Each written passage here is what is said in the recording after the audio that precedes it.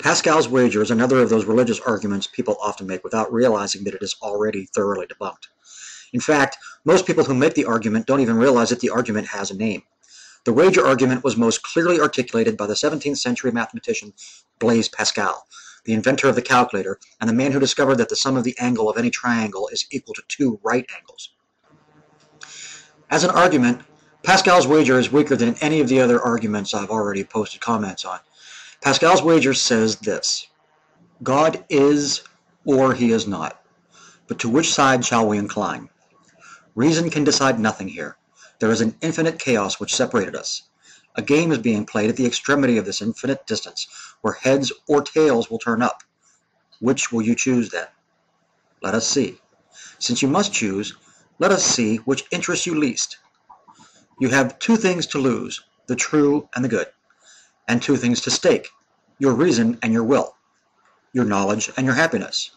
And your nature has 2 things to shun, error and misery. Your reason is no more shocked in choosing one rather than the other, since you must of necessity choose. But your happiness. Let us weigh the gain and loss in wagering that God is. If you gain all. If you lose nothing. Wager then, without hesitation, that he is. Put more simply, it says, if there's no God, you are not hurt by believing in him. But if there is, you lose for certain if you do not believe. So believe because it pays better odds. This would be great advice if we were talking about the lottery after the fact. If there's no chance for a given number to hit, you're not hurt by not playing it. But since it hits, you lose for certain if you did not play it. So play because it pays better odds. In gambling parlance, this would be called 20/20 hindsight. People always wish they had played the number that hit, though before the drawing the odds are equal for every combination. So are you better off to play when you can't know the outcome? This is also true of Pascal's wager. It cannot determine which version of religious teaching is best, only that it is safer than non-belief. However, this is only true if you picked the right pony. Betting on anything is only beneficial if you made the right choice. Otherwise, you are no worse off to believe in nothing at all. Here is the justification for the wager in a nutshell. If you wager for God, he either exists or he does not. If he does, you gain all. If he does not exist, you neither win nor lose. However, if you do not wager for God, he still either exists or does not. If he does, you lose all. If he does not exist, you neither win nor lose. Therefore, you run the greatest risk by not believing, and no risk if you choose to believe. But theologically speaking, this is still not true, since there is not really only one belief option. Suppose you choose Anglicanism and the Catholics were right. Suppose you choose Catholicism and the Lutherans were right. Another problem with the argument is that it is not an argument, it's a threat. It is roughly spiritual protectionism. If the only reason you can find to believe in God is to protect your soul from eternal torment, you really aren't much of a believer to begin with. Finally, in my own opinion, it admits one other possibility, which I will illustrate with another horse race analogy. Suppose that all of the different religions are represented by different horses in the race.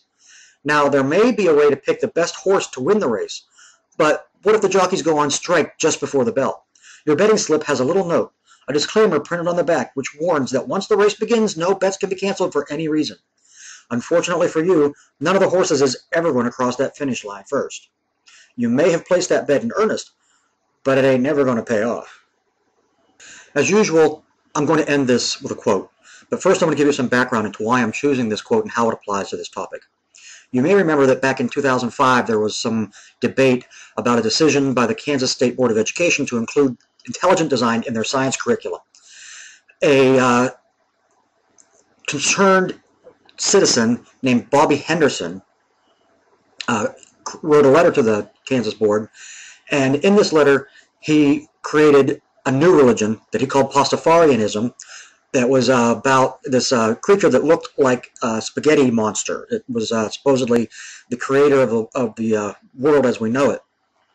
It was tongue-in-cheek, but he ended up writing a letter to the Kansas board showing them that choosing intelligent design, which is basically what Pascal's wager says to do, is to just select a belief because it's better than not choosing a belief, is counterintuitive to the whole concept of what religion actually is. So in the letter, Mr. Henderson said the following: I think we can all look forward to the time when these three theories are given equal time in our science classrooms across the country and eventually the world. 1/3 time for intelligent design, 1/3 time for flying spaghetti monsterism, and 1/3 time for logical conjecture based on overwhelming observable evidence. Thank you.